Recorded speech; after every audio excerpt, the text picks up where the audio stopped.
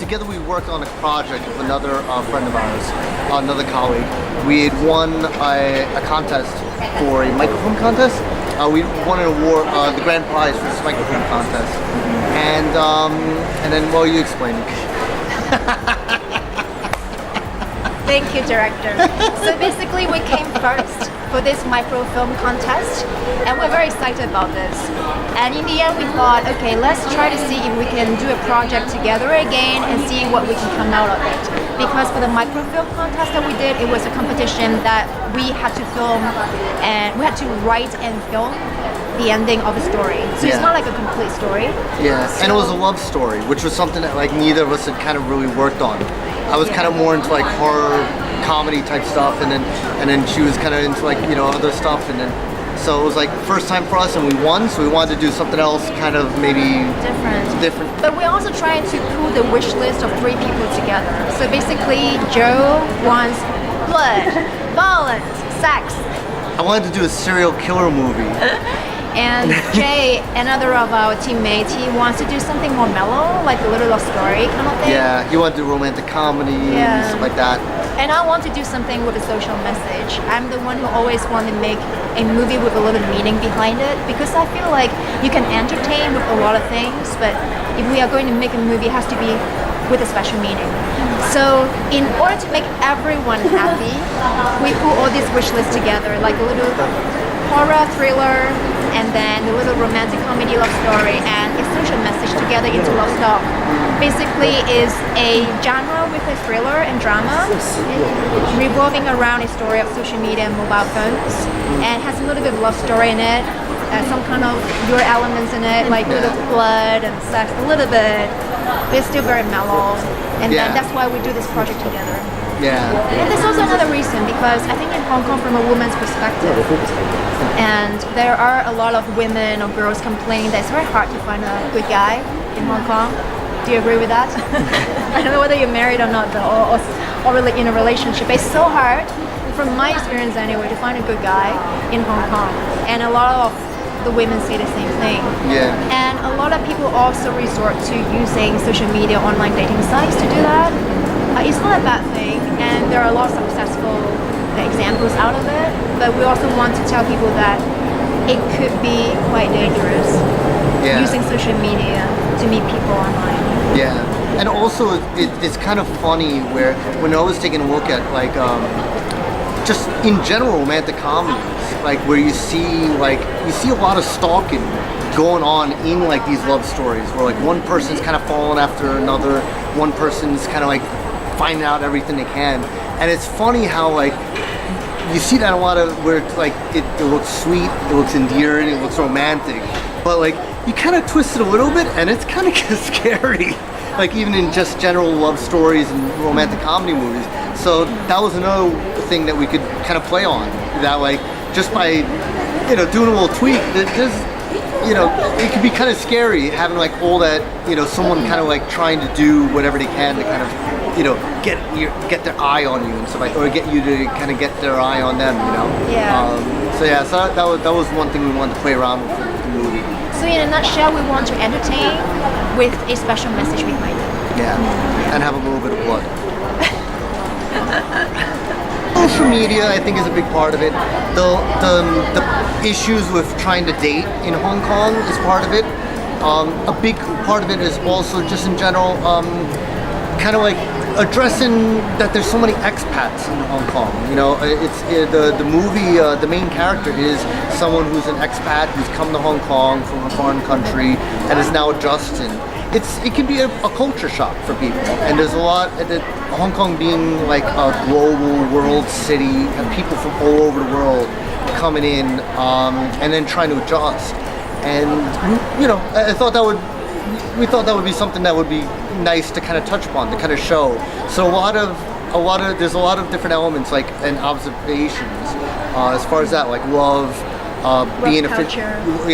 Love, culture, dating culture, being a fish out of water, and like, you know, which in general just makes it for a good story. But it's like that happened so much in Hong Kong that it was great to kind of focus on that. Yeah, I also think social media in general is so prevalent in the society.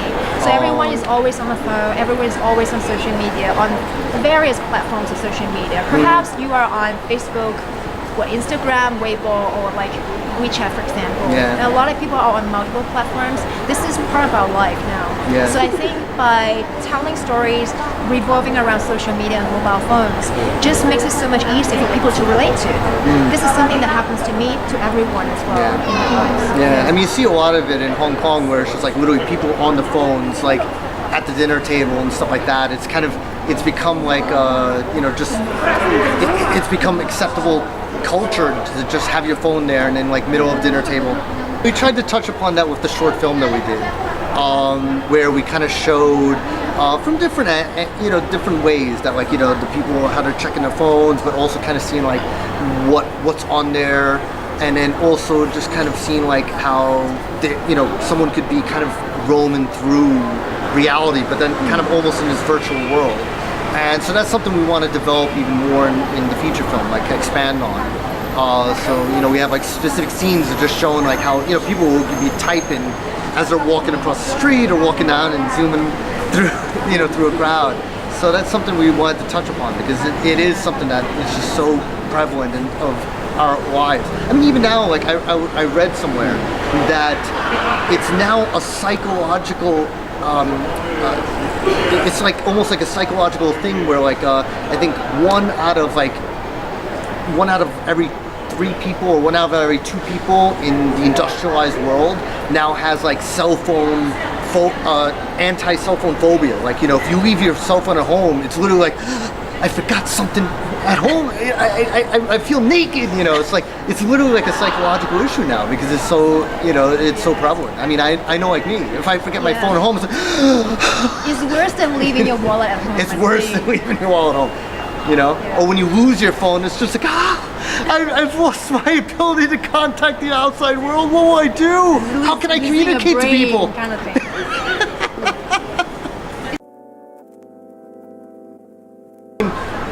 I grew up loving and watching Hong Kong films since I was like really young, and the thing I always really loved about it is there's a certain spirit and energy that you would see in films made in Hong Kong that you wouldn't see in like movies anywhere else, except for like I don't know, like it's kind of almost hard to say, but it's like there's a spirit of like we're gonna show you. I mean, we're gonna show you like anything can happen in a Hong Kong film, theoretically. And like there's this thing that you're trying to do it with limited means. So it's just like imagine there's this wanting to try to show you something you've never seen before, something you'll never see another film try to accomplish. And we only have like so much time and so much budget to do it. And it's amazing where like when you have those conditions, the kind of like clever ways that you find to accomplish a scene or accomplish a film, it's certain things. I mean, there's to some extent, it's something that's poked fun of around the world, but it's also something that like it's loved because of that. It's like something that gets ingrained, especially coming from like being like an independent cinema background, where even in New York in the States, that's something where it's like the whole idea of the way films are made in Hong Kong is something that highly inspires like people there. They're like, we want to make films like that. We want to make films that's just like, okay, one take, go, and do this, and then show something like, I don't know. It's hard to explain. A little bit guerrilla style too. Like very guerrilla style, It's something where it's like, you see people try to do it in New York, and it's almost impossible. Like the way, I mean, and then since coming here, it's like, it's breathed new life and energy into like the work I've done, It's a good question. I mean, John Woo, definitely. Stephen Chow, like I loved his films. Let's see, pretty much old school like Benny Chan films. Some Wong Jing films. It's just like like new directors. Like new directors I've seen like lately. I mean, you know, in general, I love like a lot of the comedies and the action films. Like, what did I see recently that was just like, you know, I saw like was it White Storm recently? It was Benny Chan, and it was just like, wow, that was like old school Hong. You know, it was like the first time I kind of watched in the theater. Like, you know, that's the movies I thought was gonna be playing every day in Hong Kong theaters, like that, you know. And then I don't know. So yeah, there's like a lot of people that I'd love to emulate in one way, shape, or form. You know.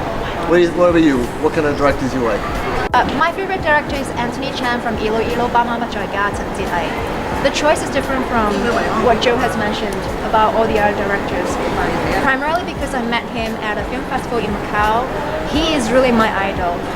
He told me after his seminar that he took almost 3 years to develop his movie, and at that time he could find zero money in Singapore because his movie is so not mainstream, the topic, and basically he gathered some people, his friends, to actually produce it together. But what happened was he really believed in his project and he believed in what he's doing, and he has won so many prizes, awards in the world, including Golden Horse and all that, and the Cannes. And he also has done like, I think 300 interviews, what he said. I think nobody would expect him to be like J.K. Rowling in Harry Potter, right? That's something so non-mainstream that became so popular. But what I got out from him is, I think as long as we believe what we're doing, we believe in our project, nothing is impossible. And obviously I don't expect to be as successful as him, and we do aim, hopefully, that we'll do well. But I think the message I got from him is, as long as we believe in it and that we put our heart to it, and if we want it bad enough, he said, you will get it done, you will make it happen. So I think we really want it bad enough, and this is what we're doing. We're really dedicated, we want to make it done the way we want it to be. It's really hard work, it's very difficult, but we'll keep on pushing and we'll keep on doing it. Yeah. I mean, part of me loves that like Hong Kong is constantly changing and evolving, you know, as a city. But the big thing that I really like about Hong Kong is not just the fact that like shiny new stuff is going up. I mean, that's nice and everything, but that you also have this juxtaposition with like these old school character in Hong Kong. Like, I mean, that's one thing I love about just the look and the feel from a Shun standpoint, from a standpoint of even just kind of just living in this city, is that there's this very like kind of this character to the city that you could kind of almost go in the neighborhoods and you're like, all right, that's exactly how it must have looked like 50 years ago, you know? There's certain cities that you could find that in, you know, where while a lot of other cities, like I see, just like tears apart everything, builds everything new and stuff like that, and I just go there and it's like, well, you know, it's like, yeah, shiny new, but I don't know, I just don't feel the neighborhood, you know. So I mean, that's one thing when I came here that I really liked. I mean, especially coming from New York, like Hong Kong just feels like New York, like smack in the middle of Asia. New York is like another place that has the character, the grittiness in some parts, the shiny new stuff in other parts, the mix of the two in, you know, different areas, you know. But at the same time, it's always changing, but there's always something familiar about it. So that's what I really like about Hong Kong compared to like other cities that, like, let's say I've visited.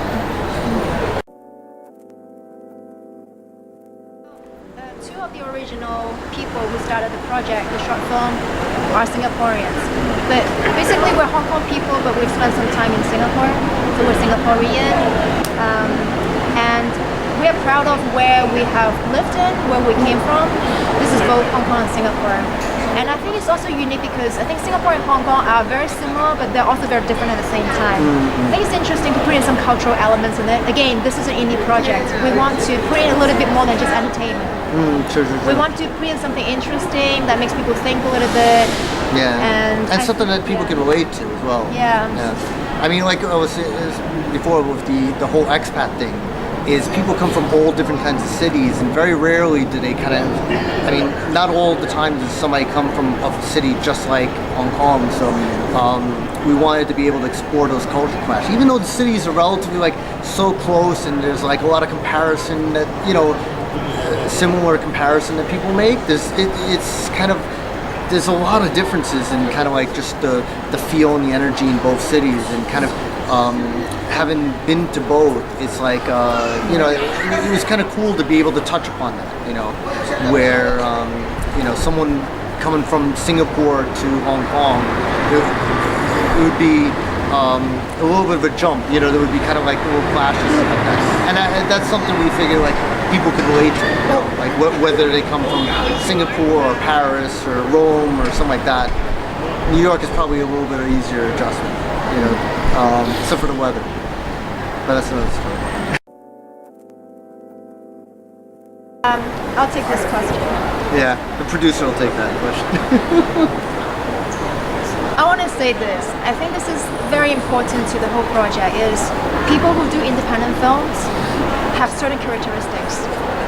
They are passionate about art.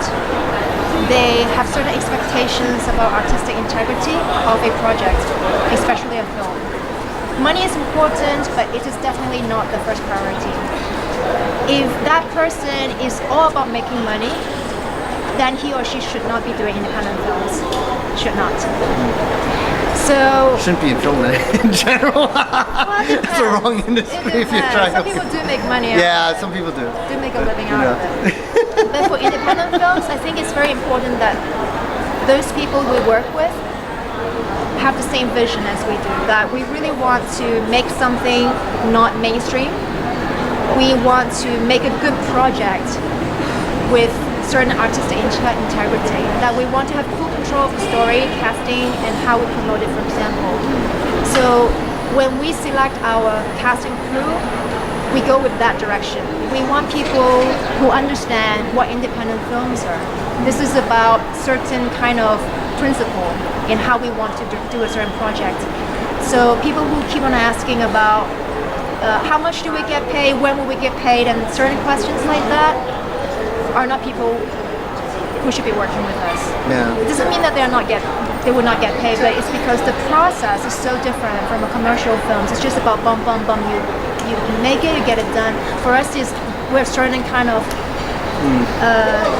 persistence in terms of how we want the film to look and how we do. Even for the little teaser trailer that we have been working on, it's been 2 months. Yeah. Because of different reasons too, and holidays and everything. But we have done so many different versions in terms of the original music, in terms of the animation, in terms of the editing, in terms of what shots to use, for example. That we are really very adamant about how we want it to look. Yeah. So it's a long process. It's not easy. A lot of sleepless nights, a lot of arguments, right? and we don't get paid a lot of times. But we really want to make it done, and we believe in it, that it will become something quite good, something that we are very proud of, and something that will leave a good name on our resume. Yeah. I mean, I guess the whole idea with any independent project, especially like independent cinema, is you want to get across your message, you want to get across your vision, you want to get across your thing. And with commercial movies, there's kind of like there's a very kind of formula to it. Like this works with different people. So when we're coming up with a script, it's just a matter of like we don't want to just show people like what anyone could show. Especially if we're doing a Hong Kong movie, especially if we're doing a Cantonese movie. We don't want to just show them what TVB could show them, what another studio could show them. We want to show them what we when we get together and collaborate, can come up with something new, something fresh. Because what I might, and I think that's a big part. We want collaborators. We don't want just like crew members. We don't want just like just people to be like our little employees. We want to bring people that will add value, because in the end it's just like I can have one idea which if I have the money to pay for everybody to go for it, it's just going to be that idea. But I think something really kind of interesting happens when, like, let's say we pool our ideas in the middle. I think it ends up being a lot better than just if like someone's just like, okay, we got A, B, C, D, and then this is what I want and this is it, So I think it has to be, there's a lot of give and take, and then sometimes people aren't down for that. They're like, okay, I just want to do, I know what I want to do, and that's all I want to do it. We don't want that. We want people that will work and collaborate with us and then help us, improve our vision. Yeah. So it's a non-mainstream art project. So basically, we need to work with artists. who have the same vision. So basically, crowdfunding means we are getting funds from the crowd. So instead of getting funds from just one big investor, we are getting a lot of people to help us with maybe just a little money. And obviously, we don't stop them from giving us a lot of money. But the idea is to get a lot of people to each contribute little money to make it work. So this is what we're doing right now on Indiegogo. We have about 18-19 days left. And hopefully we will make it work. At the same time, it's about promotion as well, because by getting the film onto that platform, we get more people to know about it. Otherwise, those people would not have known about our movie. People in Singapore, US, in Hong Kong, without that, we wouldn't have made so many people know about this. So it's really all of the above. It's getting people excited about knowing that a movie's coming out. Because I mean, we can kind of reach out and say, oh yeah, we're working on a movie. And people are like, okay, yeah, let me know when it's out. But I think with the crowdfunding platform, one, it lends legitimacy. You know, people can say, okay, you know, be a little bit more comfortable that like, oh yeah, something's going to come out of this because we went through the trouble to put together this. And they could see all that. They could see all the promotion materials. But then two, it's again, I'm excited because, you know, when they become part of like the crowd that funds us, you know, then it's like, yeah, they're a part of a movie that they wouldn't have had a chance to be part of before. You know, it's like, you know, they can get their name in the credit. They can know that there'll be a copy of the DVD on the way, you know, when we finish it, or other little perks and stuff like that. So you know, whatever we throw in that like we think is relevant or you know helpful. This is the time, even if they want a production credit, like co-producer, associate producer, partner, this is the time that they can actually get a chance to be part of it by buying a perk, which includes like 10 different kind of perks. For example, tickets to a premiere and having a producer credit, or even like just having like a dinner with the cast and crew. I mean, this is something that normally would not happen if it's not because of crowdfunding. So if you haven't got onto our campaign yet, you should go look now. We have about 18-19 days left. And what's the link to it? It is lovestalkmovie.com/support. And you see on that link that there will be different ways, whether you're a sponsor, you want to be part of the crew or cast, or you just want to contribute on the crowdfunding platform. And that's the link. You can see all the choices. LOVESTALK.com/SUPPORT. Yay, you spelled right! Well done, Joe! Cantonese. Once again. 如果你仲未去到我哋 crowdfunding campaign 嘅話咧，就要睇下啦 lovestalkmovie.com/support。咁如果你想成為我哋嘅贊助商啦，或者我哋嘅演員又好，工作人員都好，或者淨係想幫我哋少少去 contribute 嘅話咧，都喺個 link 度見到晒所有嘅 options 㗎啦。咁希望你哋可以睇下啦 lovestalkmovie.com/support。好勁啊！ Okay.